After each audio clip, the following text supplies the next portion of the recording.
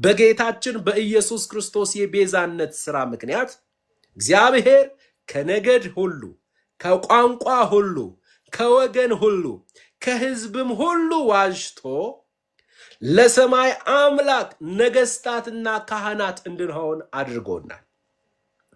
በደሙ ዋጅቶ ገዝቶ ከነገድ ሁሉ፣ ከቋንቋ ሁሉ፣ ከሕዝብ ሁሉ ዋጅቶ ለሰማይ አምላክ ነገስታትና ካህናት እንሆን ዘንድ በደሙ ተዋጅተናል። አባባ እናመሰግንሃለን። ጥቅስ ያስፈልገናል። ራእይ ምዕራፍ 5 ከቁጥር 10 ጀምሮ ራእይ ምዕራፍ 5 አባቶ ለሁላችንም ጸጋ ጨምርልን። ያው ከቁጥር 9 ጀምሮ እንግዲህ ምን ይላል? መጽሐፉን ትወስድ ዘንድ ማህተሞቹንም ትፈታ ዘንድ ይገባሃል። ወደፊት ለፊት የሚፈጸም መጽሐፉን ትወስድ ዘንድ ማህተሞቹንም ትፈታ ዘንድ ይገባሃል። ለምን? ታርደሃልና፣ ተሰውተሃልና፣ ደምህን አፍስሰሃልና። የታረደው ጠቦት የዓለምን ሁሉ ኃጢአት የሚያስወግድ የእግዚአብሔር በግ የተባለው እርሱ ኢየሱስ ክርስቶስ ታርደሃልና በደምህም ለእግዚአብሔር ከነገድ ሁሉ፣ ከቋንቋም ሁሉ፣ ከወገንም ሁሉ፣ ከሕዝብም ሁሉ ሰዎችን ዋጅተህ ገዝተህ ነፃ አውጥተህ እንደማለት ነው። ዋጅተህ ለአምላካችን መንግስትና ካህናት ወይም ነገስታትና ካህናት ይሆኑ ዘንድ አደረካቸው። ሃሌሉያ። ስለዚህ በክርስቶስ ኢየሱስ የቤዛነት ሥራ ምክንያት በፈሰሰው ክቡር ደሙ ምክንያት ከነገድ ሁሉ፣ ከቋንቋ ሁሉ፣ ከሕዝብ ሁሉ፣ ከወገን ሁሉ ተዋጅተን ለእግዚአብሔር ለአምላካችን ነገስታትና ካህናት ተደርገናል። ይህንን ሐሳብ የሚያጠናክርልን እዚያው ራእይ ምዕራፍ 1 ቁጥር 4 እና 5 እንዲሚል ቃል አለ። ቁጥር 4 እና 5 ዮሐንስ በእስያ ላሉት ለሰባቱ አብያተ ክርስቲያናት ካለውና ከነበረው ከሚመጣውም እግዚአብሔር አብን የሚወክል ነው። በዙፋኑም ፊት ካሉት ከሰባቱ መናፍስት መንፈስ ቅዱስን የሚወክል ነው። ቀጥሎ ከታመነው ምስክር ከሙታንም በኩር የምድር ነገስታት ገዢ ከሆነ ከኢየሱስ ክርስቶስ ጸጋና ሰላም ለናንተ ይሁን ይልና ለወደደን፣ ሃሌሉያ፣ ለወደደን ከኃጢአታችንም በደሙ ላጠበን መንግስትም ለአምላኩና ለአባቱ ካህናት እንድንሆን ላደረገን ለእርሱ ከዘላለም እስከ ዘላለም ድረስ ክብርና ኃይል ይሁን፣ አሜን አለ። ሃሌሉያ። ለወደደን መጀመሪያ ደሙን ከማፍሰሱ ራሱን አሳልፎ ከመስጠቱ በፊት የሚቀድም አንድ ነገር አለ፣ ፍቅር። የእግዚአብሔር ፍቅር ደግሞ በሁኔታ ላይ የተመሰረተ ፍቅር አይደለም። እንደ ሰው ልጅ አይነት መውደድ አይደለም። ሰጥቶ በመቀበል ላይ የተመሰረተ ፍቅር አይደለም። ጥቅም ተኮር የሆነ ፍቅር አይደለም። ለወደደን ሲል እግዚአብሔር ኢየሱስ ክርስቶስን አሳልፎ የሰጠን ስለወደደን ነው። ኢየሱስ ክርስቶስ ሕይወቱን አሳልፎ የሰጠን ደሙን ያፈሰሰልን ስለወደደን ነው። ነገር ግን ለመወደድ የሚያበቃ አንዳች ነገር እኛ ላይ ተገኝቶ አይደለም። ጥንቃቄ እናድርግ። ከሌሎች ሰዎች ይልቅ እኛ ተሽለን ተገኝተን የሚወደድ አንዳች መልካም ነገር በውስጣችን ተገኝቶ ሳይሆን የእርሱ ፍቅር አንኮንዲሽናል ስለሆነ፣ በሁኔታ ላይ ያልተመሰረተ ስለሆነ፣ የራሱ መውደድ ስለሆነ እግዚአብሔር ፍቅር እንጂ አፍቃሪ አይደለምና አፍቃሪ ነገርን አይቶ ሲጠጋ፣ ነገር ግን ፍቅር የሆነው አምላክ ምንህንም ሳያይ ምንም የሚወደድ ነገር ስለሌለን በኃጢአታችንና በበደላችን ሙታን በነበርንበት ጊዜ ያቺ የመለኮት ፍቅር ለእያንዳንዳችን ተገለጠች። እግዚአብሔር አፍቃሪ ሳይሆን ፍቅር ነው። ቅዱሳን እግዚአብሔር ፍቅር ነው። አፍቃሪ ጥቅም ተኮር ፍቅር ነው ያለው። አፍቃሪ ሰጥቶ በመቀበል ላይ የተመሰረተ ፍቅር ነው ያለው። አፍቃሪ አንተ ጋር አንዳች ነገር መልካም ነገር ሲያገኝ ነው ወደ አንተ የሚጠጋው። እግዚአብሔር ግን አፍቃሪ ሳይሆን እርሱ ራሱ ፍቅር ነውና በሁኔታ ላይ ባልተመሰረተች በራሱ መውደድ፣ ሰጥቶ በመቀበል ላይ ባልተመሰረተች በማትለዋወጥ ለዘላለም በሆነችው በራሱ ፍቅር አፍቅሮናል። ሃሌሉያ። ስለዚህ እግዚአብሔር እኛን ስለወደደ ልጁን አሳልፎ ሰጠ። ኢየሱስ እኛን ስላፈቀረ ነፍሱን ስለ ወዳጆቹ አሳልፎ ከመስጠት የበለጠ ፍቅር ለማንም የለውም ብሎ እኛን ወደ ኋላ አስቀርቶ በኃጢአታችን ምክንያት ሊመጣብን የነበረውን የመለኮት ቁጣ እርሱ እያለቀሰ ወሰደ። ራሱን መስዋዕት አደረገ፣ ደሙን አፈሰሰ፣ ስለ ኃጢአታችንና ስለ በደላችን ሞተ። ስሙ የተባረከ ይሁን። የኢየሱስ ፍቅር ከሁኔታ በላይ ናት። የኢየሱስ ፍቅር የዚህ ዓለም መውደድ ፍቅር አይደለችም። በሰው ሰፈር የሌለች ፍቅር፣ እርሱ ጋር ያለች አጋፔ ተብሎ የሚጠራ የፍቅር አይነት ነው። እርሱ ጋር ያለው የማይጠላ የማይለዋወጥ ገደብ የሌለው ለዘላለም የሆነ የወደዳቸውን እስከ መጨረሻ ወደዳቸው ተብሎ እንደተጻፈ በዚህ ልክ ተወዳቸዋል። ወንድም እህቶቼ፣ እዚህ ቤት ያላችሁ ሰው አቴንሽን አይሰጠኝም የምትሉ እህቶቼ፣ ወንድሞቼ፣ እግዚአብሔር ያፈቅራችኋል። ኢየሱስ ክርስቶስ በማይለወጥ መውደድ ይወዳችኋል። ያኔ መስቀል ላይ ራሱን አሳልፎ በሰጠበት በዚያው ትኩስ ፍቅር ይወዳችኋል። ዛሬም ያፈቅራችኋል። ላይጠላችሁ ወዷችኋል። ላይለቃችሁ ይዟችኋል። በዘላለም መውደድ ወዷችኋል። በዘላለም ፍቅር አፍቅሯችኋል። ያቺ ፍቅር እግዚአብሔር ጋር ያለችው ፍቅር ልኳ ክርስቶስ ነው። ልኳ ክርስቶስ ነው። እግዚአብሔር እኛን ሁላችንን ያፈቀረበት የፍቅር ልክና መጠን ልጁን በሚወድበት የፍቅር ልክና መጠን እንደሆነ ኢየሱስ ክርስቶስ ዮሐንስ ወንጌል ምዕራፍ 17 ላይ ባለው ጸሎቱ መካከል ጠቅሶልናል። አባት ሆይ አለ ኢየሱስ፣ አንተ እኔን በምትወድበት የፍቅር ልክ እነርሱን እንደወደድካቸው ዓለም ያውቅ ዘንድ ጸልያለሁ አለ። ሃሌሉያ። ቅዱሳን፣ እኛ የተወደድነው እግዚአብሔር ልጁን ኢየሱስ ክርስቶስን በሚወድበት የፍቅር ልክና መጠን ተወዳችኋል። ኢየሱስን ሊጠላው እንደማይችል ሊጠላችሁ አይችልም። ለኢየሱስ ያለው ፍቅር እንደማይቀዘቅዝ ፍቅሩ ሊቀዘቅዝባችሁ አይችልም። ይወዳችኋል። ዛሬም በእናንተ ላይ ተስፋ አይቆርጥም። ፊቱ አይቀየርም። ያንቺስ ነገር በዛ ያንተስ ነገር በዛ አይልም። አሁንም ይወድሃል። ደክመህም ይወድሃል። ደክመሽም ያፈቅርሻል። ስትበረች የሚበረታ፣ ስትበረታ የሚበረታ፣ ስትደክሙ የሚደክም ፍቅር የለውም እሱ በሁኔታ ላይ ያልተመሰረተ ፍቅር ነው ያለው። ስለዚህ ለወደደን በዚህ አይነት መውደድ ነው የተወደዳችሁት ቅዱሳን። ሰው እኮ ሲጠጋ እኮ ገምግሞ ነው የሚጠጋህ። አንተ ወንድሜ ገምግሞ እኮ ነው ይሄ ልጅ ያዋጣኛል አያዋጣኝም፣ እቺ ልጅ ታዋጣኛለች አታዋጣኝም። የሰው መውደድ እኮ ይሄ ነው። ሰው እኮ የጎደለውን ሊሞላ እኮ ነው የሚያገባው። የጎደለውን ሊሞላ እኮ ነው። በሁኔታ ላይ የተመሰረተ ፍቅር ነው። የእግዚአብሔር ፍቅር ግን እንደዛ አይደለም። ምን ጎድሎት አንተስ ምን ልትሞላለት፣ አንቺስ ምን ልትሞይለት ነው እግዚአብሔር አንተን ያፈቀረ እኛን ያፈቀረን? ምን ጎድሎበት ይሆን? ምንስ ነው ምን ሞላለት? ምንስ ነው ምን ሞላለት?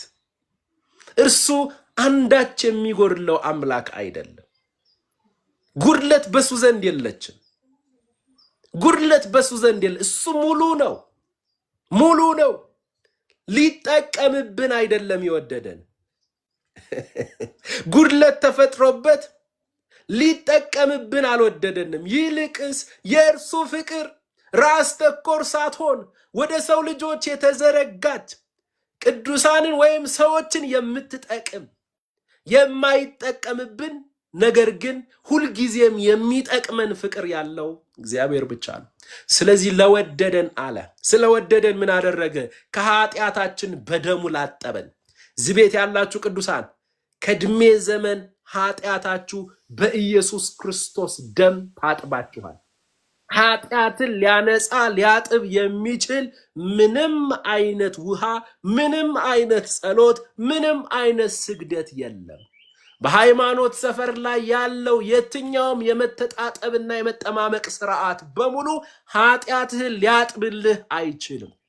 ኃጢአትን ሊያስወግድ የሚችለው የጌታችን የኢየሱስ ክርስቶስ ደም ብቻና ብቻ ነው። ስለዚህ በኢየሱስ ክርስቶስ ክቡር ደም ከኃጢአታችን በደሙ ታጥበናል። እግዚአብሔር በኃጢአታችሁ አያውቃችሁም የምንለው በምክንያት ነው። ከዚያስ አጥቦ ምን አደረገን? በደሙ አጥቦ ካነጻን በኋላ መንግስትም ለአምላኩና ለአባቱ ካህናት እንድንሆን ላደረገን። ምን ማለት ነው? ለአምላኩና ለአባቱ ነገስታትና ካህናት እንድንሆን አድርጎናል።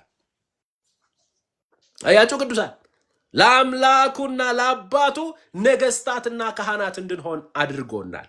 ምንኛ መታደል ነው! እዚህ ቦታ ላይ ተደርገን ነው።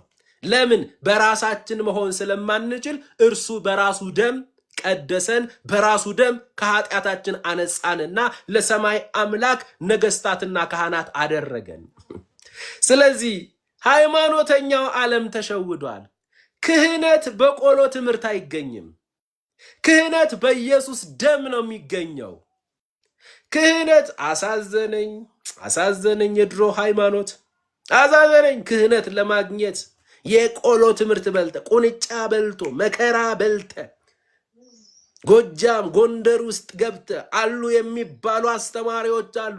እነሱ ጋር እየተማርክ እየለመንክ፣ የሰው እንጀራ እየለመንክ፣ ቁንጫ በልቶ ድርቆሽ አድርቀህ እየበላ የማይረባ ቦታ ላይ ተኝተ፣ ቁርበት ላይ ተኝተ፣ ምንድን ነው በየሌሊቱ ሌሊት 6 ሰዓት ላይ ተነስተህ ድምፅህን ለማሳመር እየጮክ ከዛ በኋላ በቆሎ ትምህርት በኩል ምን ሆኑ ይባላል? ካህናት ሆኑ ይባላል። መጽሐፍ ቅዱሱ ግን የበቆሎ ትምህርት የሚገኝ ክህነት አይደለም። በአዲስ ኪዳን በብሉይ ኪዳን እንኳን የለም። በብሉይ ኪዳን የለም። በብሉይ ኪዳን ጭራሽ ክህነት አይደለም ለአህዛብ ነውና ለእስራኤል ሙሉ ለእስራኤል ህዝብ እንኳን አይሰጥም። ለሌዊ ወገን ብቻ ነው የሚሰጠው። ከሌዊ ወገንም ደግሞ ተመርጦ እንጂ አንድ እስራኤላዊ እኔ ካህን ነኝ ማለት አይችልም። ከሌዊ ወገን መሆን አለበት። ከሌዊ ነገድ መሆን አለበት። በብሉይ ኪዳን አህዛብ ፈጽሞ የማይታሰብ እንኳን አህዛብ የእስራኤል ህዝብ እንኳን ክህነትን አያገኝም። ድሮ የነበርንባት ሃይማኖት ግን ኦሪታዊ ስለሆነች፣ ብሉይ ኪዳናዊ ስለሆነች እግዚአብሔር ከእስራኤል ያለው ጉዳይ ከእስራኤል ጋር ያለውን ነገር በእኛ ቤተክርስቲያን ቀይሯል ስለምትል እንደሌሎቹ በቃ ክህነት ወይ ከጎንደር ነው ወይ ከጎጃም ነው፣ ሌላ ቦታ የሚሆን አይመስለኝ። እና በምንድን ነው የሚሆነው? በቆሎ ትምህርት፣ በድርቆሽ ቁርበት ላይ በመተኛት ለሊት ተነስቶ ምንድነው እዚህ ጋር እንትን በመስራት ቮካል በመስራት አይደለም ወንድሞቼ። መጨረሻ ወንድሜ ዳዊት ያጫውተኝ ነበርና የክህነት እንትን ሊሰጣቸው ሲል፣ የድቁንና የክህነት እንትን ሊሰጣቸው ሲል በትልቅዬ መቀስ ከዚህ ወደዚህ የመስቀል ቅርጽ ይቆርጡሃል። ጳጳሱ ማለት ነው፣ ሙሉ ይቆርጣል። ከዛ በኋላ ነው የሚጸድቀው ማለት ነው። እንደዚህ አይነት መከራ መጽሐፍ ቅዱስ ውስጥ አለ የለም? እዚህ ጋር ምንድን ነው የሚለው? ለወደደን ከኃጢአታችንም በደሙ ላጠበን መንግስትም ለአምላኩና ለአባቱ ካህናት እንድንሆን ላደረገን። አየው፣ ተደርገህ ነው። ለምንድን ነው መደረግ የሚለው ቋንቋ እዚህ ጋር የመጣው? አንተ በራስህ መሆን ስለማትችል። አየው፣ በራስህ መሆን ስለማትችል በክርስቶስ ደም ተደረግ። ስለዚህ እውነተኛ የሰማያዊው ዓለም የእግዚአብሔር ዓለም እውቅና የሰጣቸው በልጁ ደም ላይ የተመሰረተ ክህነት ያላቸው እኛ ብቻ ነን። አሁን ችግሩ ምንድነው? የጠመጠመ ሰው ስታይ ነው ካህን የሚመስልህ። ቀሚስ የለበሰ ሰው ስታይ ነው ካህን የሚመስልህ። ካህናት ናችሁ ተብሏል። አገልጋይ ነን፣ ወደ እግዚአብሔር የምንቀርብ ነን፣ ለእግዚአብሔር የምስጋናን መስዋዕት የምናቀርብ ነን። አያችሁ ቅዱሳን፣ የአገልግሎት ጸጋ ተሰጥቶናል። ችግሩ ምንድነው? በቲሸርት ስትሆን ካህን የሆንክ አይመስልህም። መድረክ ላይ እንኳን አሁን ፕሮቴስታንቱ ዓለም ላይ እንኳን በሱፍ ታንቀ ከረባት አድርገ ምናምን ካልሆነ በስተቀር ህዝብ አይቀበልህም። በቲሸርት እንዴት ይሄማ ካህን አይደለም ይልሃል። በቲሸርት ልታስተምረው ስትል ኖ ኖ ኖ ኖ ኖ ኖ ይሄ ካህን አይደለም ይልሃል። አያችሁ ቅዱሳን፣ ክህነት ከልብስ ጋር የተገናኘ አይደለም። ክህነት ከቀሚስ ጋር የተገናኘ አይደለም። አሁን ደስ የሚለው አለ ቀሚስ ለብሼ ወይ የሆነ ቲያትር አይነት ነገር እያደረኩ መድረክ ላይ ብቆም ደስ የሚል አሁን ሀብትሽ ትምህርቱን እከታተላለሁ የሚል ሊኖር ይችላል።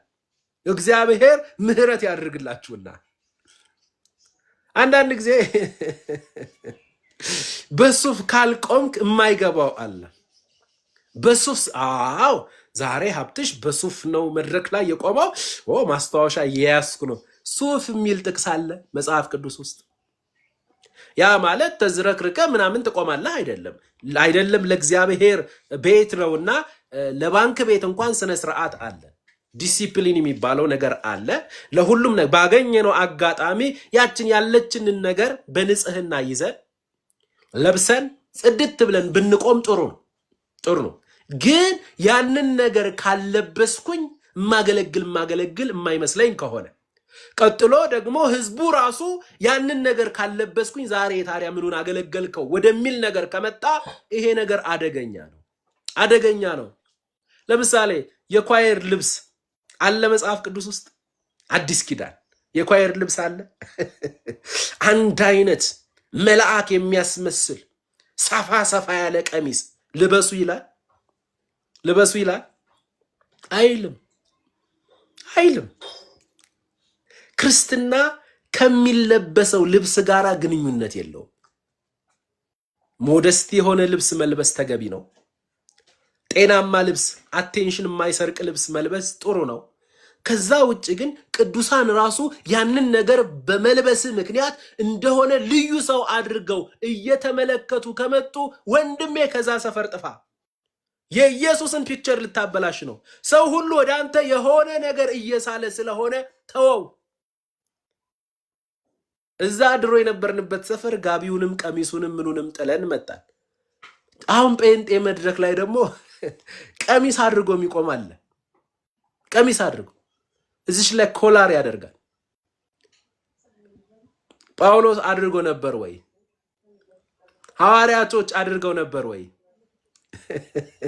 የሆነ የሚያብረቀርቅ ቀሚስ አድርገው ነበር። ለምንድን ነው ስትል ለየት ለማለት። እኔ እንደናንተ አይደለሁም ነው ሜሴጁ። በቃ እኔ እንዳንተ መደበኛ ማኛ አይደለሁም። አሜን በልባክ ይልሃል። መድረክ ላይ ይወጣል ለየት ለማለት። ለምን እንደዚህ በሸሚዝ ኧረ ማን ያስወጣል? በሸሚዝ እንደዚህ። አሁን እኮ እግዚአብሔር ረድቷችሁ ነው እኔን ራሱ የምትሰሙኝ፣ ረድቷችሁ እንጂ ብርቅርቅ ነገር በየቀኑ እየቀያየርኩኝ እዚህ ጋር ደግሞ እንደዚህ ሹል ነገር ቆብ ነገር የሚመስል አሰርቼ ብመጣ ሀብትሽ ዛሬ የሚገርም ነው ሰማይ ከኛ ጋር ነው የሚል ሰው ሊኖር ይችላል። ጌታ ምሕረት ያደርግለት። ክርስትና ከልብስ ጋር አይደለም። ለእንትን ብዬኖችን ነገር እንትን ያልኳችሁ ቢኮዝ የለም ከየት ላምጣ?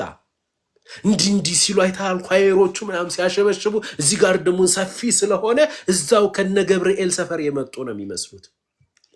አይደለም ቀሚሱ እስኪወልቅ ድረስ ነው። ወይም እንደዚህ ሽኩቻና ጥል ያለው እንዲሁም እዛው ቀሚስ ከለበሱት መካከል ፊት ለፊት ነው የምቆመው። ጸጉሬን ተተኩሼ መጥቻለሁ። በተለይ ሴቶች በቃ ችግር የለባቸውም። ሌሊቱን በሙሉ የጠበቅኩት በጠዋት ሄጄ ጸጉሬን ተሰርቼ ተተኩሼ የመጥቶት ፊት ለፊት ለመቆም ነው። ከፊት ለፊት የመጠሽ አትቆሚብኝ፣ ደንቀራ አትበይብኝ፣ እንቅፋት በአንቺ በኩል ነው ሰይጣን ዛሬ የተዋጋኛለሁ። እዛው እኮ ነው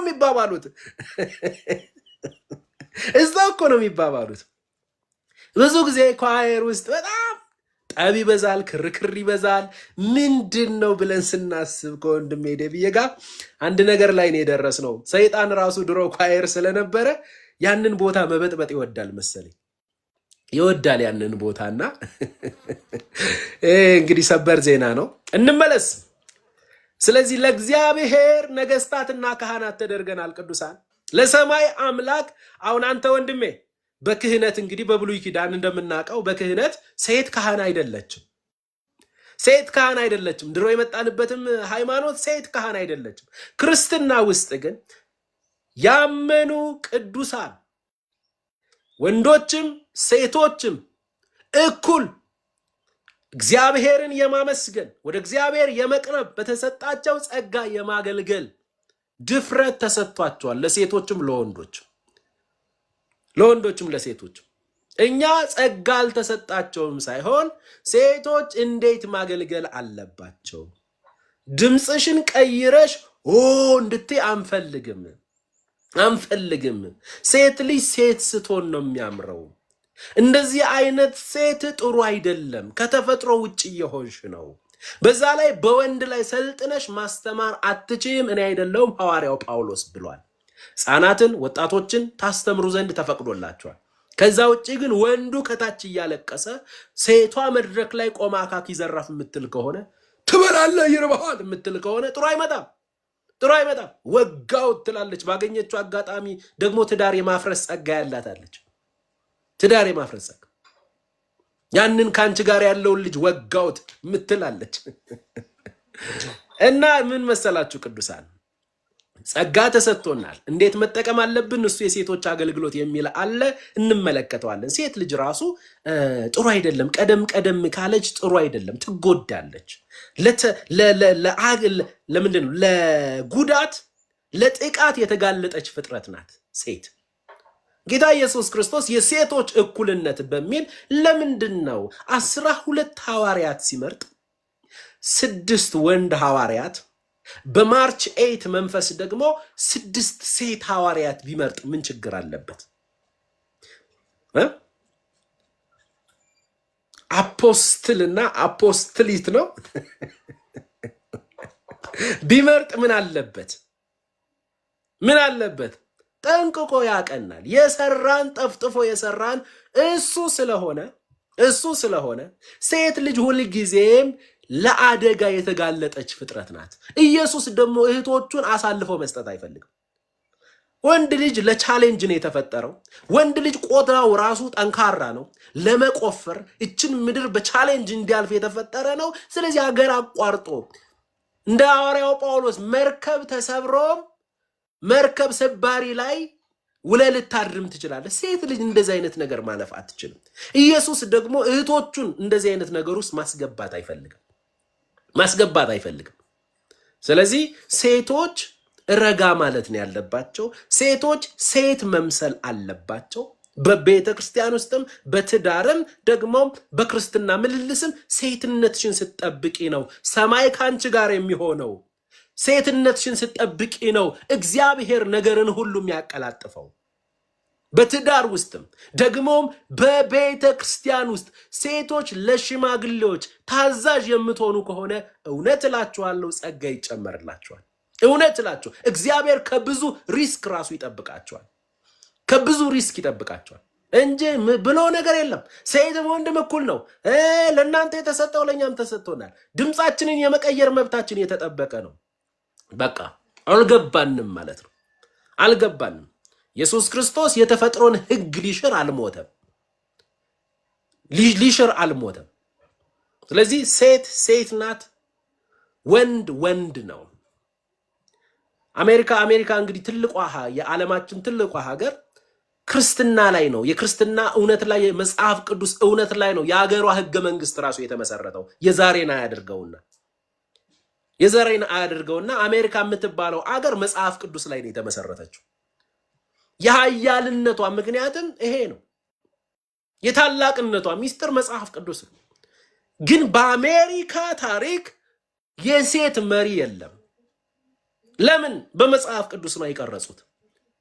አሜሪካ ላይ ያሉ ቤተክርስቲያናት ትልልቅ እነ ጆን ማካርተር የሚባሉ ትልልቅ እግዚአብሔርን እውነት ለባለፉት 50 ዓመታት ሲያስተምሩ የነበሩ ፈጽሞ የሴት መሪ የለም።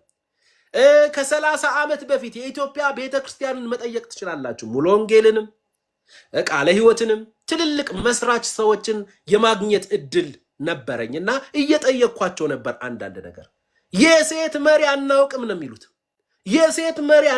የሚሉት። በመጽሐፍ ቅዱስ እውነት ሴት ልጅ አትመረጥም፣ መሪ አትሆንም። ተፈጥሮም ነው። ቀጥሎ ደግሞ መጽሐፍ ቅዱስም ይከለክል። የሚያማችሁ ልጆች ካላችሁ ምንም ማድረግ አይቻልም። ወንጌል ወይ ጨጓራ ይፈውሳል ወይ ጨጓራ ይልጣል። ግን የሚያሳዝነው ነገር በየቴሌቪዥኑ በየቲክቶክ እየመጡ ደግሞ ብሎ ነገር የለም ሴትም ወንድም የለም ተብሎ ተጽፏል። እህቴ እንደኔ መስበክ ጸጋ አለሽ፣ ስለዚህ ነገ መድረክ እሰጥሻለሁ እያሉ ደግሞ እህቶችን ወደ አላስፈላጊ ልምምድና ወደ አደጋ የሚመሩ አገልጋዮች አሉ። አይጠቅሟችሁም እህቶቼ፣ አይጠቅሟችሁም። ሲጀመር መድረክ ላይ ብቻ ነው ወይ አገልግሎት ያለው? የመድረክ አገልግሎት ብቻ ነው እግዚአብሔር እውቅና የሰጠው? ሴቶች ብዙ እኮ አገልግሎት አላችሁ እኮ፣ ብዙ አገልግሎት አላችሁ። የኔ ሚስት በጣም መወዳት ማፈቅራት ነገ መድረክ ላይ ወጣ ድምጼን ቀይሬ አስተምራለሁ እንደማትል አውቃለሁ። ነገር ግን የናታኒም አገልግሎት ቤተክርስቲያን መድረክ ላይ አትቆምም። የቤተክርስቲያን ሰዎች አያዩዋትም። ተደብቃ ሄዳ ግን እነዛ ቅዱሳን መድረክ ላይ የሚቆሙትም ሆነ የሚቀመጡ ቅዱሳን ሁሉ የቆሸሸ ነገር ካለ እያንዳንዷን ወንበር ወልውላ መድረክ አጽድታ እያንዳንዷን የመጸዳጃ ክፍል ሁሉ አጽድታ ከሌሎች ቅዱሳን ጋር ሆና ትመለሳለች። ለሰማይ እውቅና ይሰጣታል። ኢየሱስ በአምላኩና በመላእክቶቹ ሁሉ ፊት በአባቱና በመላእክቶቹ ሁሉ ፊት እውቅናን ይሰጣታል፣ ይመሰክርላታል። አውቃለሁ ሚስቴን መጽሐፍ ቅዱስም እኔም ራሱ አልፈቅድላትም፣ ወደ አደጋ ማስገባት አልፈልግም። ለአደጋ የተጋለጠች ፍጥረት ናት። የማይሆን ቦታ ገብታ መጎዳት የለባትም።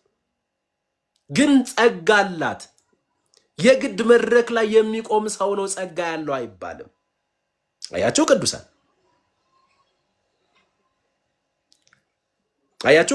ስለዚህ ብዙ ጊዜ ለምን አብረን አናጸዳም ስትል አገልግሎት ነው እንደ ይላል። ለምን ሰውየው ድምጹን እያወፈረ ነው ያለው ነብይ ለመሆን። አንዳንድ ሰው ደግሞ አለ ዝም ብሎ የጸጋ ስጦታን በኪሱ ይዞ እንደሚዞር ሰው የሚያድላለ። አንተ you are a ፕሮፌት ነህ ይለዋል። ያ ሰውዬ ከዛ በኋላ ፕሮፌት ነኝ ብሎ መከራ ይበላል። ጸጉሩን ያሳድጋል፣ ያበጥራል። ከዛ እዚህ ጋር ድምጹን ጎርናና ሲሆን ነው ሰው የሚሰማ ይለዋል መሰለኝ እየጮኸ ያንን ምን የመሰለ ድምጹን ያበላሸዋል። እውነት እላችኋለሁ በእንደዛ በቲያትር ነገር አይደለም፣ በመመራረጥ አይደለም፣ በመሿሿም አይደለም። ሰማይ ብቻ ካንተ ጋር ይሁን። ምክንያቱም ከኛ ጋር የነበሩ ልጆች የምናውቃቸው አቤት ስነ ስርዓት የነበራቸው የምናውቃቸው የፀጉር ቁርጣቸው ራሱ በጣም በቃ መደበኛ የራሳቸው ስታይል አለባበሳቸው የራሳቸው እንዴት ሞደስቲን በጣም የሚያምር አለባበስ የሚያምር ስነ ስርዓት የነበራቸው ልጆች አዲስ አበባ ሄዱ ኮንፈረንስ ተብሎ በዛው ገቡ የሆነ ቸርች ውስጥ ሰውየው ድንገት እያደለ ነበር የጸጋ ስጦታ አንዱን አየውና አንተ ፕሮፌት ነህ አለው። ከዛን ቀን በኋላ የእግዚአብሔር ሰው ፕሮፌት ብሎኛል ብሎ እኛን ራቀን ጸጉርን ማበጠር ጀመረ፣ ድምጹን ማወፈር ጀመረ። ስራፈት ወጣቶችንና ሴቶችን ሰበሰበ። ዳዲ በሉኝ አለ። ዳዲ መባል ጀመረ። አም ሶሪ ሰማይ እውቅና ያልሰጠው ሰማይ የማያውቀው ልምምድ ነው።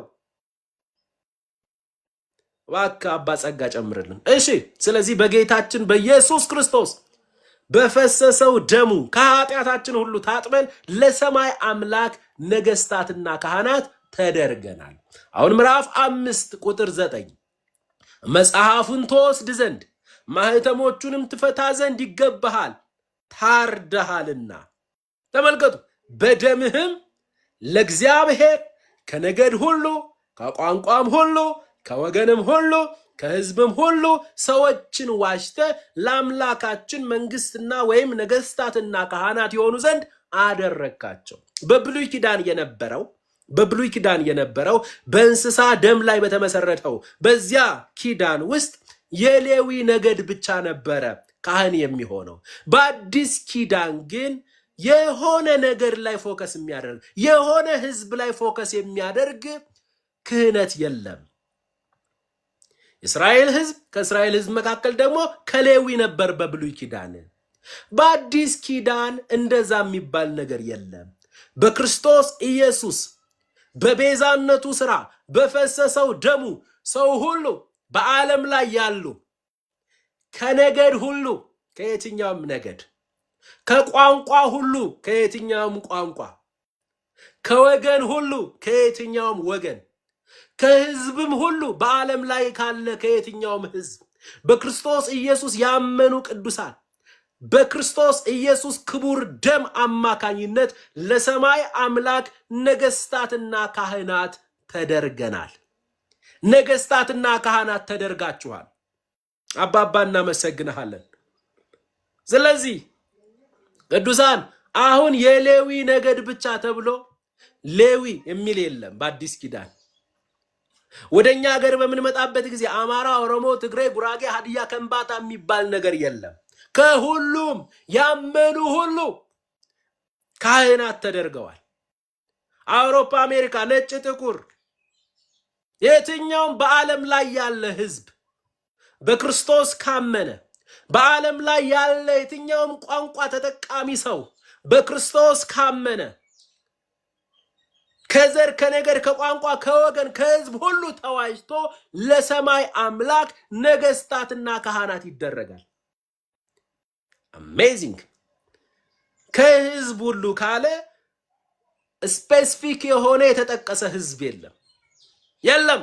ከህዝብ ሁሉ ተዋጅተሃል። ጥሩ። ቋንቋን በሚመለከት ሰማይ ኮንትን ቋንቋ ነው የሚሰማው አይባልም። እንደዛ እርኩስ ቋንቋ የለም፣ ቅዱስ ቋንቋ የለም። እግዚአብሔር የቋንቋ ሁሉ አምላክ ነው። በምትግባባበት ቋንቋ እግዚአብሔርን የማምለክ ለሰማይ አምላክ ዝማሬን፣ ቅዳሴን፣ ውዳሴን የማቅረብ መብት የተጠበቀ ነው። አይ በእንትን ቋንቋ ካልሆነ ግን አይሰማም እግዚአብሔር ካልክ ይሄ እግዚአብሔር ትክክለኛ እግዚአብሔር አይደለም። የመጽሐፍ ቅዱሱ አምላክ አይደለም። የመጽሐፍ ቅዱሱ አምላክ አይደለም። ስለዚህ ሁላችን እዚህ ቤት ያለን እግዚአብሔር በክርስቶስ ኢየሱስ ክቡር ደም በታረደው በግ አማካኝነት ከነገድ ሁሉ ከቋንቋም ሁሉ ከወገንም ሁሉ ከህዝብም ሁሉ ዋጅቶ ለሰማይ አምላክ ነገስታትና ካህናት እንድንሆን ተደርገናል።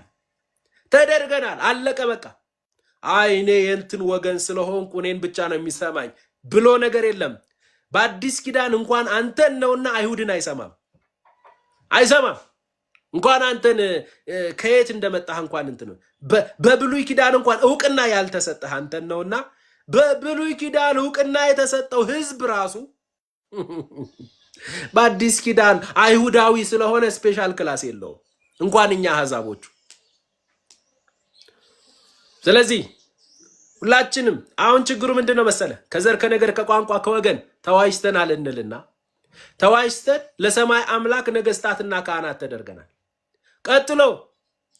ቀጥሎ ለሰማይ አምላክ ነገስታትና ካህናት የተደረግን እኛ አንድ ቤተሰብ ሆነናል።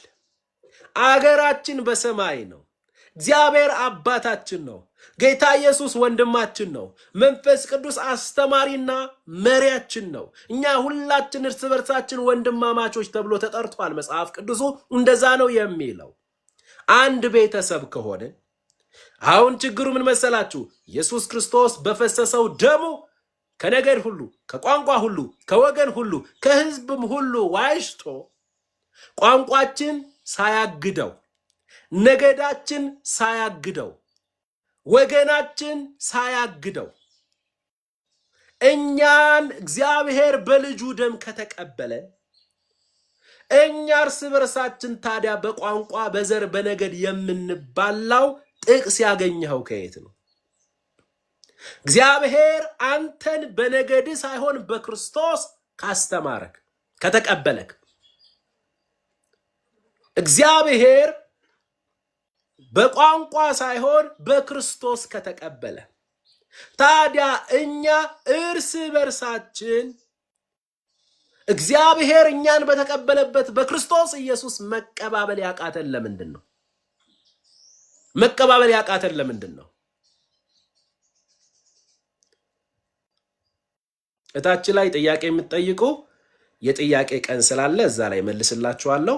እንትና የሰውን አቴንሽን አትሳቡ። ጸጋ ይብዛላችሁ ቅዱሳን። የጥያቄና የመልስ ቀን አለ፣ በደንብ እንመልሰዋለን። ባይሆን ጥቅሳችሁን እንትኑን ጥያቄያችሁን እንዳትረሱ ጻፉና ቴክስት ታደርጉልኛላችሁ። ታች አንደኛው መልስ ሲሰጥ ያኛው ደግሞ እንደገና ሌላ መልስ ሲሰጥ አቴንሽን ለቅዱሳን፣ ሌሎች ቢያንስ አንድ ቅዱሳን እንዲጠቀም እናድርግኛ። ጸጋ ይብዛላችሁ። ቴንኪዩ ስለታዛዥነታችሁ። ስለዚህ በጣም በዚህ ዘመን ያለ በቤተ ክርስቲያን ውስጥ የገባ በሽታ አለ። በቤተ ክርስቲያን ውስጥ የገባ በሽታ ቤተ ክርስቲያን ከዘር ከነገድ ከቋንቋ ከወገን ከእንደዚህ አይነት በሽታ ነፃ የወጣች ነች። ከዚህ በፊት ብለናል፣ በግልጽ አስተምረናል። እግዚአብሔር የአማርኛ ቋንቋ ተጠቃሚ የሆኑ ሰዎች ቸርች እንጂ የአማራ ቸርች የለውም። እግዚአብሔር የኦሮምኛ ቋንቋ ተጠቃሚ የሆኑ ሰዎች ቸርች እንጂ የኦሮሞ ቸርች የለውም።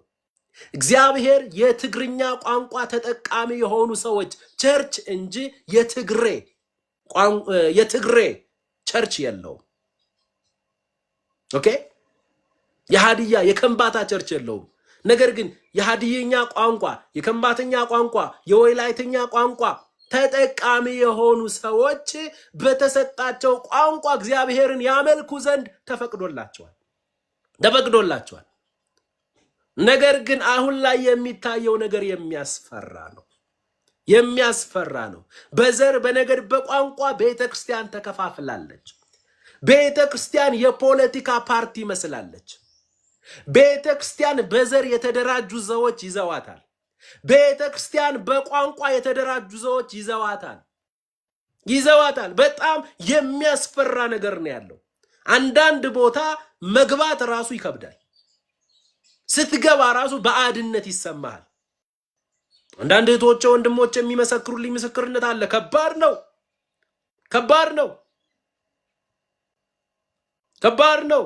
አይ ቋንቋውን ስለማልችለው ነው። ትችላለህ። ንጹህ ልብ እስካለህ ድረስ ትችላለህ። ትግርኛ ቋንቋ የማትችል ከሆነ የምትችለው ምንድነው? ኦሮምኛ ወይስ ትግርኛ? እንደዛ የሚዘምሩ የሚያመልኩ ቅዱሳን አሉ። እነሱ ጋር ሄደ በነፃነት የማምለክ መብት የተጠበቀ ነው። አይ ትግሬን የተሰበሰበው ብለህ ግን ዘሬን ፍለጋ መሄድ አለብኝ የምትል ከሆነ የተበላሸ ኢንቴንሽን ስለሆነ ፈውስ ያስፈልግሃል። ቤተ ክርስቲያን ሰማያዊት ናት። ቤተ ክርስቲያን በምድር ላይ የምትገኝ የክርስቶስ ኢየሱስ አምባሳደር ተወካይ ናት። የሰማይ ብርሃን ናት። በዚህ በጨለማው ዓለም ላይ የምታበራ ለሌላው ፈውስ የምትሆን ትውልድን የምትቀድም ለትውልድ ብርሃን የምትሆን ነበረች ቤተ ክርስቲያን። የዛሬን አያድርገውና የዛሬ ቤተ ክርስቲያን የፖለቲካ ፓርቲ መስላለች። ተደራጅተዋል። በዘር በነገዱ ነው ሰው ፈልጎ እየተገናኘ ያለው። ይሄ እድገታችን ሳይሆን ውድቀታችን ነው። ሰውን እኛ ክርስቲያኖች አህዛቦች የሚሉት ነገር አለ። ሰውን በሰውነቱ ተቀበለው ይላሉ። በጣም ትክክለኛ አባባል ነው። ለነርሱ ትክክል ነው። እኛም ይስማማናል። ካላመነ ሰው ጋር እንኳን ስትገናኝ በሰውነቱ አስተናግደው ጥሩ። እኛ ክርስቲያኖች ደግሞ እርስ በርሳችን ሰውን አለ ሐዋርያው ጳውሎስ በክርስቶስ እንደሚሆን አድርገን እንጂ በስጋ እንደሚሆን አድርገን አናቅም አለ። ምን ማለት ነው? ሰውን በዘሩ በነገዱ አናስተናግድም። ሰውን በፖዚሽኑ አናስተናግደውም። ከሌላው ይልቅ በስፔሻል ኬዝ ሰውን ፖዚሽናል ሰው ስለሆነ ብር ስላለው ሀብታም ስላለው ትምህርት ስላለው ዘር ነገድ ቋንቋ በሚል ፖለቲካ ስም ፈጽሞ በሰውነቱ አናስተናግደውም እና ማንም ይሁን የተማረም ይሁን ያልተማረም ይሁን በክርስቶስ እስከመጣ ድረስ እናስተናግዳለን። ሀብታም ይሁን ደሃ ይሁን ያለ ልዩነት የማስተናገድ ግዴታ አለብን። የማንኛውን ቋንቋ ተጠቃሚ ይሁን እስከ ተግባባን ድረስ አንድ ቤተሰብ ነንና በክርስቶስ ኢየሱስ ክቡር ደም ሰማያዊና ዘላለማዊ ቤተሰብ ሆነናልና አምላካችንን እያመለክን እንቀጥላለን። እንቀጥላለን።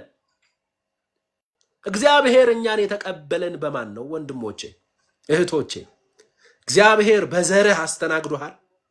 የንትን ዘር ስለሆንክ ስፔሻል አንተ ቀድመ መዳን አለብህ ብሎሃል። ፈጽመው የንትን ቋንቋ ተጠቃሚ ስለሆንክ ዋው ብሎ አንተን ነው ቀድሜ የማድን ብሎሃል። ፈጽመው ሁላችንን የተቀበለን በክርስቶስ ነው። ሁላችንን የዋጀን በክቡር ደሙ ነው። እንደዛ ከሆነ እግዚአብሔር እኛን በተቀበለበት በክርስቶስ እኛም እርስ በርሳችን ልንቀባበል ይገባናል። በክርስቶስ ልንቀባበል ይገባናል። በክርስቶስ ወንድምህን ተቀበለው። በክርስቶስ እህትህን ተቀበላት። አለቀ፣ በቃ አለቀ። በአዲስ ኪዳን አይደለም አሕዛብ ልዩነት ሊፈጥር ነውና በብሉይ ኪዳን ልዩነት የነበረው አይሁድ እንኳን በአዲስ ኪዳን አይሁዳዊ ስለሆነ ስፔሻል ክላስ አይሰጠው። በክርስቶስ ያመነ አሕዛብ የሚያገኘውን ፖዚሽናል ብለሲንግ ያገኛል። እኩል የእግዚአብሔር ቤተሰብነት ድርሻ እኩል ከአሕዛቡ ጋር ያገኛል። አሕዛብነቱ ይቀራል፣ አይሁዳዊነቱ ይቀራል። አዲስ ፍጥረት፣ አንድ አካል፣ ቤተ ክርስቲያን። አለቀ። ሰማይ ይህንን ነው የሚያውቀው። ሰማይ በብሉይ ኪዳን የነበረውን አሰራር ቀይሮ በአዲስ ኪዳን አንድ አካል ካመጣ መጽሐፍ ቅዱስ እኮ ገላትያ ላይ ምን እንደሚል ታውቃላችሁ? ገላትያ ምዕራፍ 3 ቁጥር 28 በኋላ እናንተ ሁላችሁ በክርስቶስ ኢየሱስ አንድ ሰው ናችሁ ይላል። አንድ ሰው ነግሬያቸዋለሁ። ብሉይ ኪዳን የአንድ ህዝብ ታሪክ ነው፣ የእስራኤል ህዝብ። አዲስ ኪዳን ግን የአንድ ሰው ታሪክ ነው። ራስ ክርስቶስ የሆነበት አካል ዓለም አቀፋዊቱ ቤተክርስቲያን፣ እያንዳንዱ አማኝ ደግሞ የክርስቶስ ኢየሱስ የአካል ክፍል የሆነበት። የቆመው ስንት ሰው ነው? አንድ ሰው ነው። አለቀ። እዛ ውስጥ ትደራጃለህ። ሼም አይደለም። የቀበሌው አይበቃህም። የቀበሌ መንፈስን ይዘህ መጥተህ ቤተክርስቲያንን ትረብሻለህ። በቤተክርስቲያን ላይ ኔጌቲቭ አሰራርን ታመጣለህ።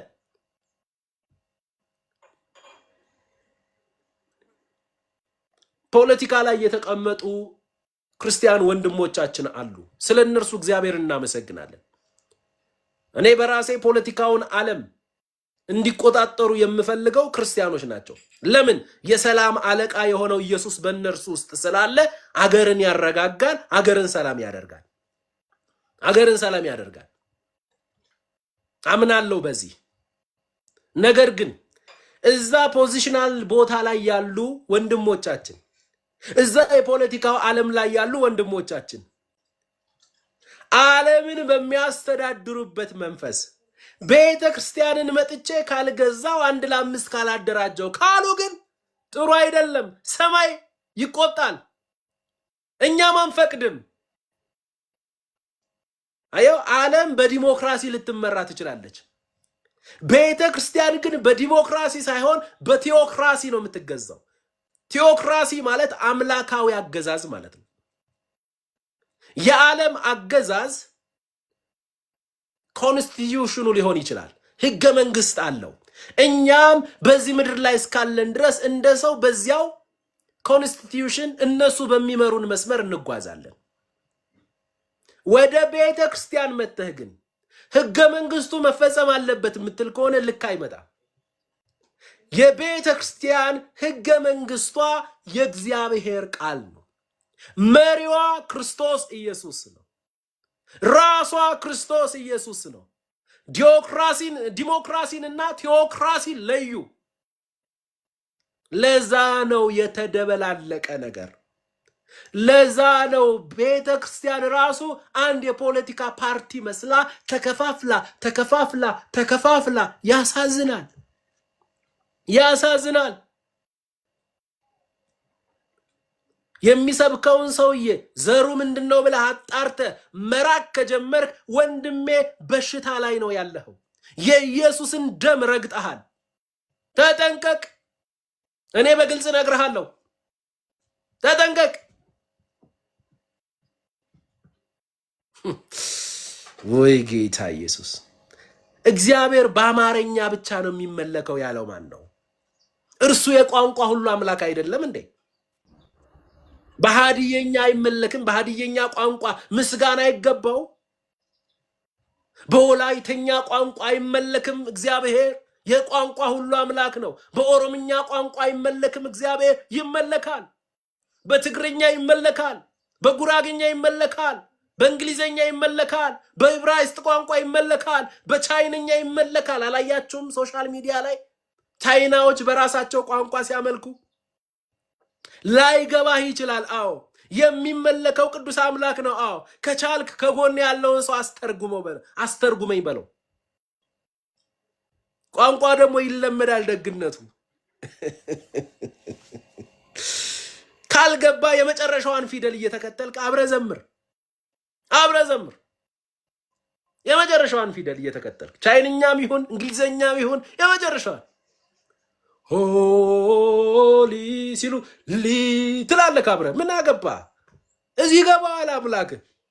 አንተ ተንሸራተሃል፣ ድምጽ ተንሸራቷል አይልህም ኢየሱስ። ሆሊ ሲሉ ሊ እያልክ አብረ ትገባለህ። ምን ችግር አለው? በራስ ቋንቋ ሲመጣ ደግሞ ቅዱስ ልትል ትችላለህ። አለቀ በቃ። ኢየሱስ ልጅ ተንሸራተተ ድምፁ ምንድነው ያደረገው? ድምፁን አይልህም። ድምፅ ያለው ይዘምር አላለም። ደስ ያለው ይዘምር ነው ያለው። ድምፅ ያለው ይዝፈን የምትለው ይች ምድር ናት። ሰማይ ግን ድምፅህን አምኖበት ነው የሰጠ። አይኖ ድምፅህን አንተ አይደለህም፣ ሰው ራሱ ትክክል አይደለም ሊል ይችላል። አንተ ስትዘምር እኛ በቃ አልቅሱ ውጡ ነው የሚለን ሊሉ ይችላሉ። ወንድሜ አትስማቸው። ሰማይ ግን ተቀብሎሃል። መዘመር ሲጀምር ደና የነበር ነው ሶስተኛው ሰማይ ገብተን የነበር ነው ሁሉ ዘጭ ብለን ምድር ላይ ገባን ሊሉ ይችላሉ።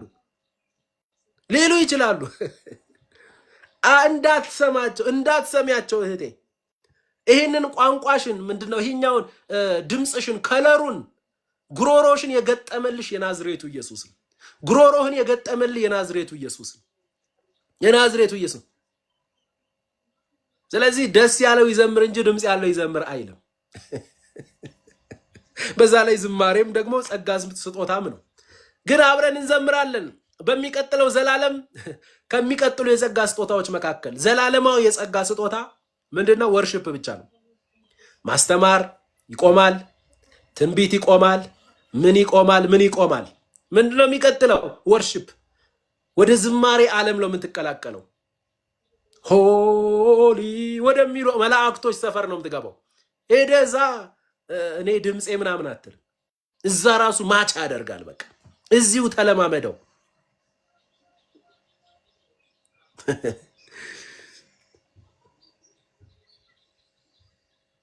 አባባ ጸጋ ጨምርልን። ጌታ የተባረከ ይሁን። ስለዚህ ቅዱሳን በክርስቶስ ኢየሱስ ክቡር ደም ከዘር ከነገድ ከቋንቋ ከወገን ሁሉ ምን ብለናል? ተዋጅተናል። ነፃ ወጥተናል።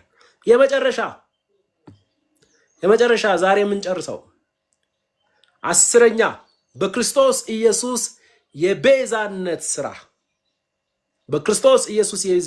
ስራ ምክንያት ከዘላለም ቅጣትና ከዘላለም ሞት በመቤዠት የአዲሱ ኪዳን የተስፋ ተሳታፊዎች አድርጎናል። ሃሌሉያ! የአዲሱ ኪዳን ተሳታፊዎች ሆነናል።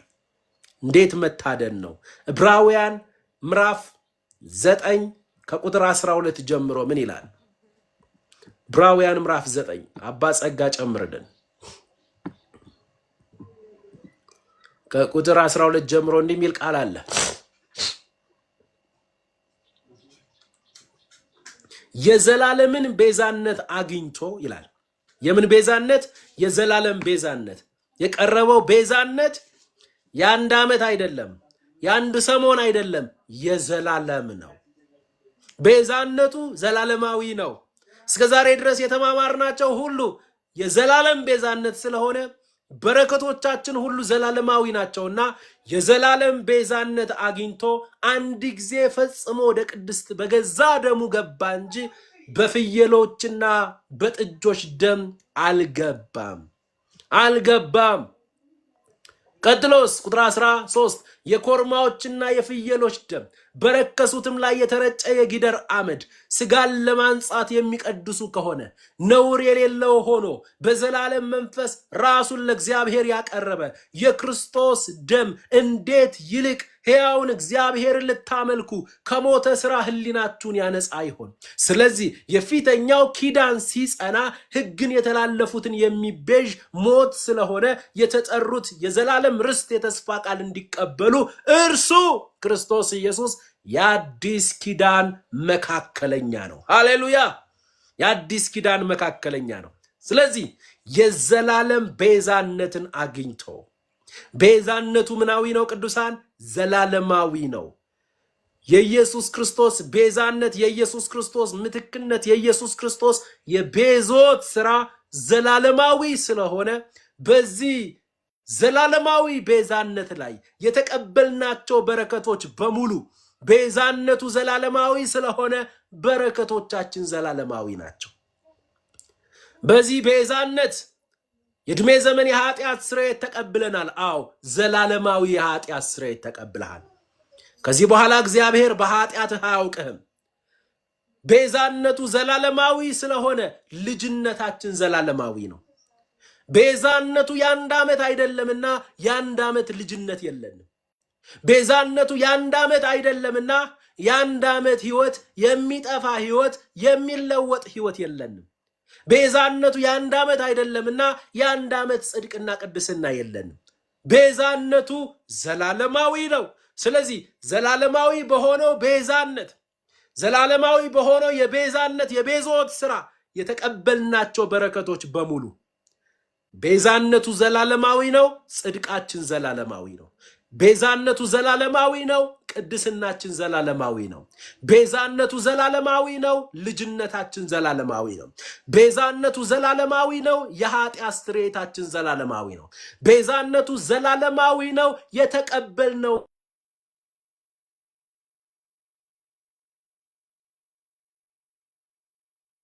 ህይወት ነው። ሃሌሉያ! ዘላለማዊ ቤዛነት፣ ዘላለማዊ ቤዛችን ነው ኢየሱስ። ራሱ ኢየሱስ ቤዛችን ነው ተብሎ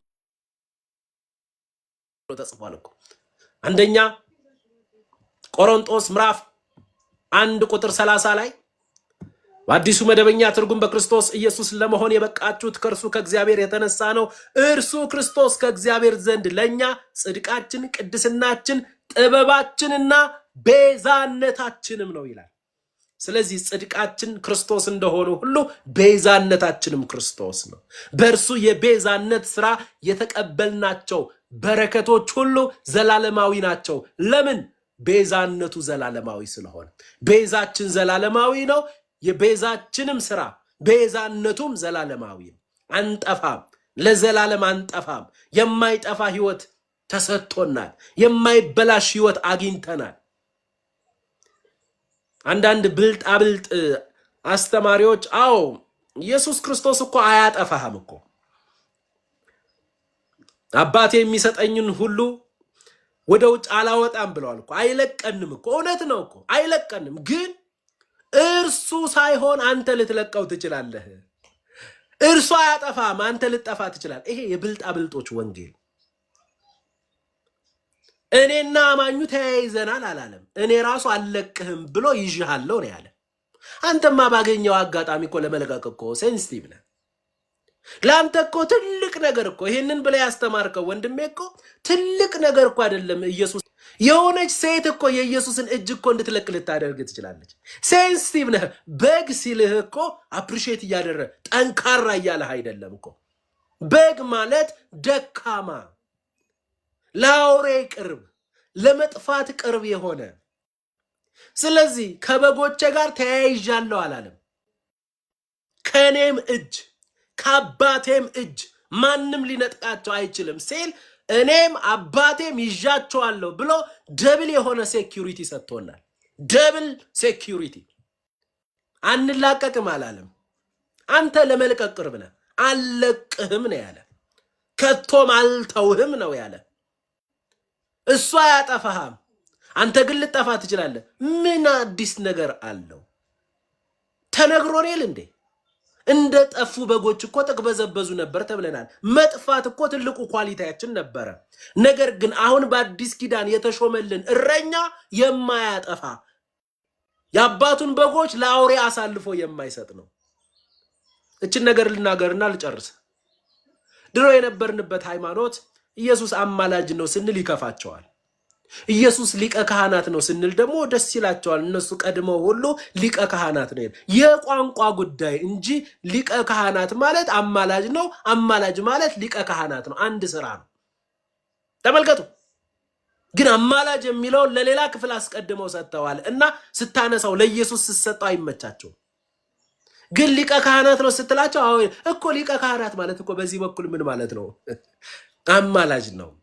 እሺ ወደኛ ሰፈር ደግሞ እንምጣ። ይጠፋል የሚሉ አሉ። እንደ እምነታችሁ ይሁንላችሁ አይባሉም። ቢኮዝ እምነታቸው ትክክለኛ መጽሐፍ ቅዱሳዊ እውነት ላይ ስላልተመሰረተ። እንደዚህ የሚለው ሰውዬ ራሱ አይጠፋም። እውነተኛ አማኝ ከሆነ ዝም ብሎ በፍርሃት ነው የሚኖረው። ራሱን የሚጠብቅ በግ አለ። በሌላ ቋንቋ እኮ እረኛ አያስፈልገኝም እያልክ ነው። እንምጣ። ኢየሱስ እረኛችን ነው። ኧረ በጣም እረኛችን ነው። እረኛ የሚል መዝሙር ሁሉ አለ። እሺ እረኛዬ አንተ የኔ እረኛ ያለ ሁሉ ይዘምራል። እሺ እረኛዬ ብሎ ዘምሮ፣ እረኛዬ ብሎ ቅዱሳንን አዘምሮ ስለ እረኝነቱ ሰብኮ ሰው ከዳነ በኋላ አይጠፋም የሚሉ አመፀኞች ሰው ከዳነ በኋላ አይጠፋም እያሉ ኃጢአትን የሚያበረታቱ አሉ ብሎ ደግሞ በዚህ በኩል ደግሞ በዛ በኩል የዘመረውን በዚህ ያፈርሰዋል።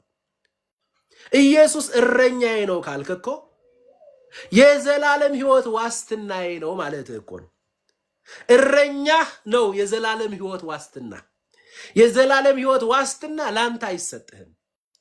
አንተም አስመስክረሃል። መጀመሪያ እኮ ጠፋህ እኮ ከአምላክ ሸሸህ እኮ እንደ ጠፉ በጎች ብቻ ተቅበዝብዘ ጠፋህ እኮ። ሊፈልግህ የመጣ እኮ እሱ ነው። ያንተ ትልቁ ችሎታ ተቅበዝብዞ መጥፋት ሲሆን የኢየሱስ ችሎታ ደግሞ ተቅበዝብዘ የምትጠፋውን አንተን ላለማጥፋት ከአባቱ አንተን ተቀብሎ በዘላለም ሴኩሪቲ ውስጥ አስገብቷል። አሜዚንግ ቅዱሳን፣ ኢየሱስ እረኛችን ነው ማለት ኢየሱስ የዘላለም ሕይወት ዋስትናችን ነው ማለት ነው። እረኛዬ ብሎ ይዘምራል። በዚህ በኩል ሰው ይጠፋል ይላል። ኢየሱስን እረኛዬ ባትለው ይሻልሃል። በዛ ላይ እግዚአብሔር አብ በጎቹን ለወፍራም በግ ለወፍራም ፓስተር አልሰጠም። ለምን? ያ ወፍራሙ ፓስተር ራሱ በግ ነው። የበጎች ታላቅ እረኛ አለ፣ ጌታችን ኢየሱስ ክርስቶስ ነው። ወፍራሙንም በግ ደካማውንም በግ ለኢየሱስ ነው የሰጠው። የኖህ መርከብ ታስታውሳላችሁ? የኖህ መርከባችን ጌታ ኢየሱስ ነው፣ ማርያም አይደለችም። የኖህ መርከባችን ጌታ ኢየሱስ። ወደ ኖህ መርከብ ስንት አይነት እንስሳ ነው የገባው? ስንት አይነት! ግዙፉም አናሳውም ፈጣኑም ዘገምተኛውም ገብቷል። ነብር የሚባለውም ፈጣኑ ገብቷል። ኤሊ የምትባለውም ገብታለች። እንግዲህ ያ ሰው ያ ነብር የተባለው እንግዲህ በመንፈሳዊ ሕይወቱ ብርቱ በቃ ሲጸልይ ውሎ ሲጸልይ የሚያድር። ኤሊ ደግሞ አለች በመንፈሳዊ ሕይወቷ ጎታታ ልጸልይ ተንበርክካ በዛው እንቅልፍ ይዟት የሚሄድ። ነገር ግን መርከብ ውስጥ ገብተዋል። ኦኬ መርከብ ውስጥ ገብተዋል። ስለዚህ መርከቡ በተንሳፈፈ ጊዜ የነብሩም ጎበዝ መንፈሳዊ ሰውየም በዚህ በኩል ኤሊያውም ደግሞ የደካማው መንፈሳዊ ሴትዮ ከፍታቸው ጸሎታቸው ሳይሆን ከፍታቸው መርከቡ ነው። ከፍታቸው እኩል ነው፣ እኩል ነው። ያኛው ከዛ ሆኖ የማይጸልዩ ሰዎች አሉ። ዘመኑ ከፍቷል እያለ ወደ ኤሊ ሊጠቁም ይችላል። ኤሊም አበዛውትልና እንደው 9 ሰዓት ለሊት ተነስቼ ነው ምጸልየው አበዛውትልና ትነሳለች። 3 ቀን ከሞከረች በኋላ በዛ ሰዓት ደግሞ የሚመጣው እንቅልፍ ከባድ ነው። ትተኛለች። ግን ስቲል ከፍታቸው፣ ጽድቃቸው፣ ቅድስናቸው፣ ጥበባቸው፣ ቤዛነታቸው መርከቡ ነው። ከውጭ የሚመጣው ጥፋት፣ የውሃ ጥፋት፣ የጎርፍ ጥፋት ነብሩን የማያገኘው ስለሚጸልይ አይደለም፣ መርከብ ውስጥ ስለገባ ነው። ኤሊዋንም ያላገኛት በደካማነቱ አይደለም፣ በክርስቶስ ስለተሸሸግን ነው፣ በክርስቶስ ስለተሰወርን ነው። እንዲሚል ቃል አለ በደካማው የሚመሰሉት በተሰነጠቀ አለት ውስጥ መኖሪያቸውን የሚያደርጓሉ። ደካማ ህዝብ ናቸው፣ ነገር ግን በተሰነጠቀ አለት ውስጥ ነው መኖሪያቸውን የሚያደርጉት ይላል። ኦኬ፣ በተሰነጠቀ አለት ውስጥ የገባ ነው፣ በተሰነጠቀው ጎኑ የተሸሸግ ነው።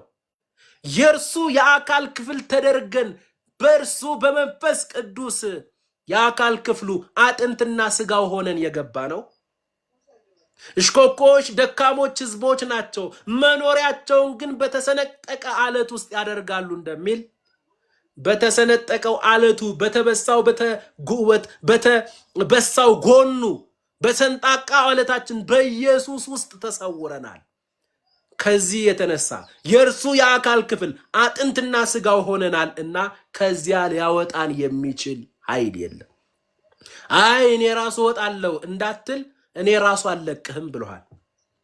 አባቴ የሚሰጠኝን ሁሉ ወደኔ ይመጣል፣ ወደኔ የሚመጣውን ከቶ ወደ ውጭ አይወጣም ሳይሆን አላወጣውም ብሏል። የያዘ የሰፈር ሽማግሌ እጅ አይደለም፣ የአብና የወልድ እጅ ይዞሃል።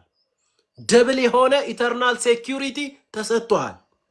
አሁን እግዚአብሔር አምላክን እያመለክ እግዚአብሔር ለጽድቅና ለቅድስና ጠርቶናል፣ ለአመጽ አልጠራንም። ባይዘወይ ይህንን የዘላለም ህይወት ዋስትና ስትረዳ የቅድስና ህይወት ይገለጥብሃል።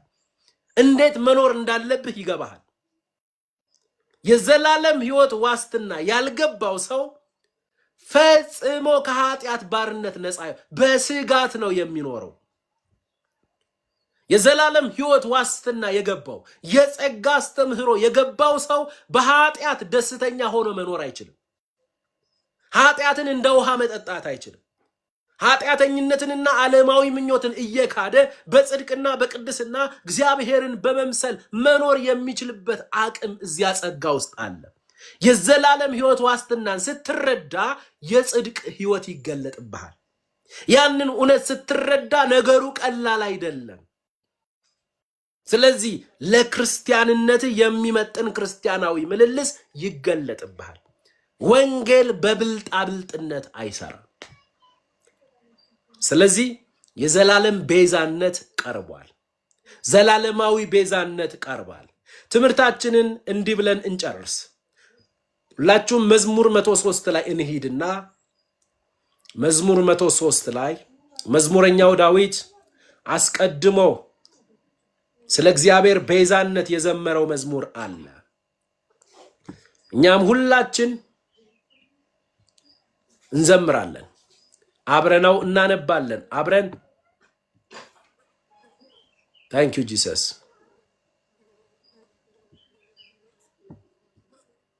መዝሙር 103 ይህንን ሁሉ ትምህርት ከተማርን 10 የሚሆኑ የቤዛነት ስራዎችን አብረን ካጠናን እነዚህ የቤዛነት ውጤቶች ደግሞ ቤዛነታችን ክርስቶስ ዘላለማዊ ስለሆነ ዘላለማዊ የማይቀያየሩ የማይለዋወጡ ከሆነ እንዲህ ብለን አብረን እናመስግነው።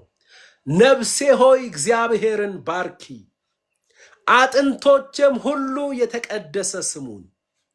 ነፍሴ ሆይ እግዚአብሔርን ባርኪ፣ ምስጋናውንም ሁሉ አትርሺ። ኃጢአትሽን ሁሉ ይቅር የሚል መዝሙረኛው ነው ይህንን ያለው። እኛ እንደዚህ አይደለም የምንዘምረው። መዝሙረኛው ገና መሲሁ ደሙን ስላላፈሰሰ ቃል ስጋ ስላልሆነ አስቀድሞ በትንቢት ነው የተናገረው።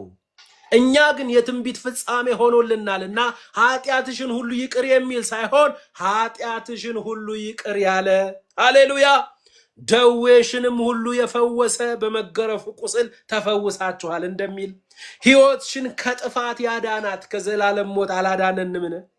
ሕይወትሽን ከጥፋት ያዳናት በምህረቱና በቸርነቱ የከለለሽ፣ ምኞትሽን ከበረከቱ ያጠገበ፣ ጎልማስታነትሽን እንደ ንስር ያደሰ፣ እግዚአብሔር ይቅርታ አድራጊ ነው።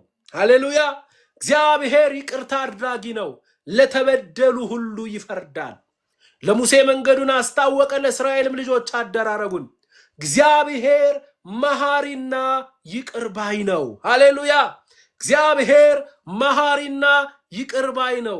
ከቁጣ የራቀ ምህረቱ የበዛ ሁልጊዜ አይቀስፍም፣ ለዘላለም አይቆጣም። በክርስቶስ የቤዛነት ሥራ ምክንያት ተቀብሎናልና። ሃሌሉያ! ከቁጣ የራቀ ምህረቱም የበዛ ሁልጊዜ አይቀስፍም፣ ለዘላለምም አይቆጣም። እንደ ኃጢአታችን አላደረገብንም። የኃጢአት ደሞዝ ሞት ነበር፣ የዘላለም ሞት ነበር። ያንን ነገር አይደለም ያደረገብን። እንደ ኃጢአታችን አልከፈለንም፣ እንደ ምህረቱ ከፍሎናል። የዘላለምን ሕይወት በልጁ ሰጥቶናል። እንደ ኃጢአታችን አላደረገብንም፣ እንደ በደላችንም አልከፈለንም። ሰማይ ከምድር ከፍ እንደሚል እንዲሁ እግዚአብሔር ምህረቱን በሚፈሩት ላይ አጠነከረ። ምስራቅ ከምዕራብ እንደሚርቅ እንዲሁ ኃጢአታችንን ከእኛ አራቀ። ሃሌሉያ! ኃጢአታችንን ከእኛ ርቆታል በክርስቶስ የቤዛነት ሥራ። ምስራቅና ምዕራብ ሊገናኙ እንደማይችሉ እኛና ኃጢአታችን ልንገናኝ በማንችልበት መንገድ አርቆታል። ምስራቅ ከምዕራብ እንደሚርቅ እንዲሁ ኃጢአታችንን ከኛ ራቀ። አባት ለልጆቹ እንደሚራራ እንዲሁ እግዚአብሔር ለሚፈሩት ይራራል። ራርቶልናል። ቅዱሳን ሩህሩህ አባት ነው። ስለዚህ በክርስቶስ ኢየሱስ የቤዛነት ሥራ በፍቅር የተሞላው በምህረት የተሞላው አባታችን የክርስቶስን የቤዛነት ሥራ ምክንያት አድርጎ እነዚህን የተማማርናቸውን ሁሉ በረከቶች ለኛ ቆጥሯቸዋል። አሁን እንደተደረገለት ሰው አሁን እግዚአብሔር በክርስቶስ የቤዛነት ሥራ እንዲና እንዲያ ብሎ በረከትን እንደቆጠረለት ቤዛነቱና የቤዛነቱ ውጤት እንደደረሰው ሰው ሆነን እንመላለሳለን። ማንነታችንን ስናቅነው ለማንነታችን የሚመጥን ክርስቲያናዊ ምልልስ በህይወታችን የሚገለጠው። ስለዚህ የክርስቶስ ቤዛነት ወይም ቤዛ የሚለው ትምህርት ይህንን ይመስላል። በሚቀጥለው በሌላ ርዕስ እንገናኛለን። ከእግዚአብሔር ከአባታችን ከጌታም ከኢየሱስ ክርስቶስ ብዙ ጸጋ፣ ብዙ ሰላም፣ ብዙ ምህረት ለሁላችን ይሁን። አሜን።